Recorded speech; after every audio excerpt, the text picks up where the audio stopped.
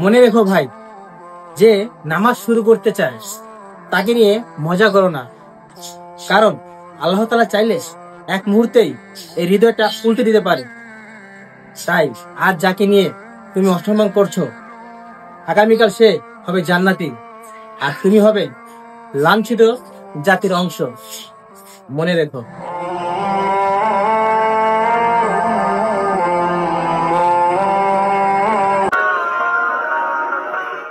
যে জাতি কোরআন থেকে দূরে সরে যায়, আল্লাহ সেই জাতির হৃদয়ে অস্থিরতা ঢুকিয়ে দেন।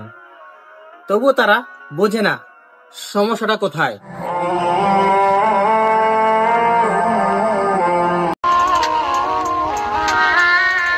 মানুষ হালাল রিজিক ছেড়ে হারামের পিছে ছুটছে।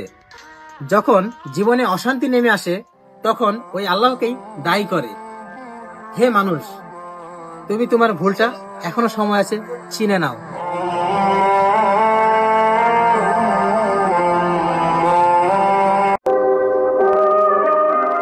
আজকের যুব সমাজ আল্লাহকে ভুলে গেছে, তাই আল্লাহ তাআলা তাদের হৃদয় থেকে শান্তি কেড়ে নিচ্ছে। হে যুবক, এখনো সময় আছে, ফিরে আসো ওই রবের কাছে।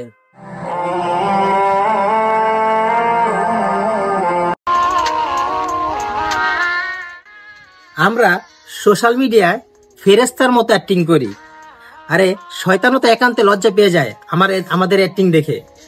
তাই ওই রব সব দেখতেছেন, সব। মনে রেখো।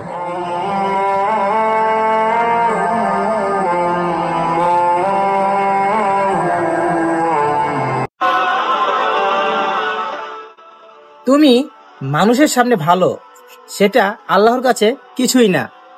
তুমি একলা থাকলে কেমন, সেটাই তোমার আসল পরিচয়।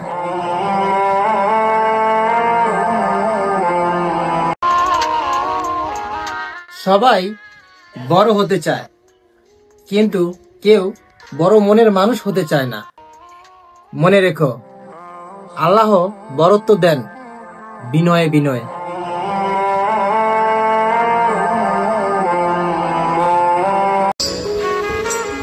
আজকের যুব সমাজ আল্লাহকে ভুলে গেছে, তাই আল্লাহ তাআলা তাদের হৃদয় থেকে শান্তি কেড়ে নিয়েছে।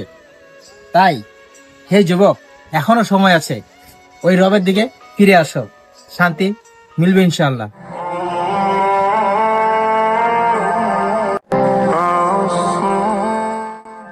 আল্লাহ যখন মানুষকে ডাকেন, চোখে জল এনে হৃদয় কাঁপিয়ে ডাকেন, তোমরা ফিরে এসো, সময় আর বেশি নেই।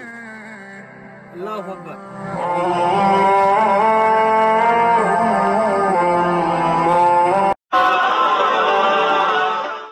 যে ঘরে কোরআনের সুর নেই, সেই ঘরে শয়তানের কণ্ঠ বাজে। তবুও মানুষ মনে করে জীবন ঠিকই চলছে।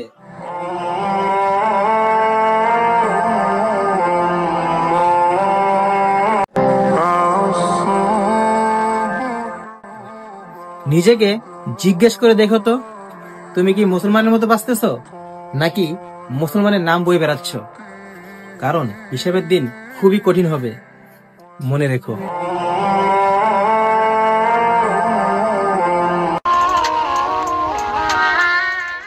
এই আধুনিক দুনিয়ায় মানুষ সব শিখেছে, শুধু ধৈর্য শিখে নাই।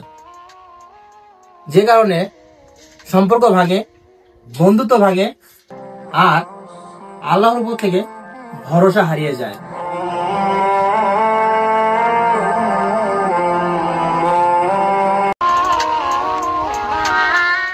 সবাই বলছে সময় খারাপ, আসলে খারাপ সময় না, খারাপ হলাম আমরা, কারণ আমরা ওই আল্লাহকে ভুলে গেছি।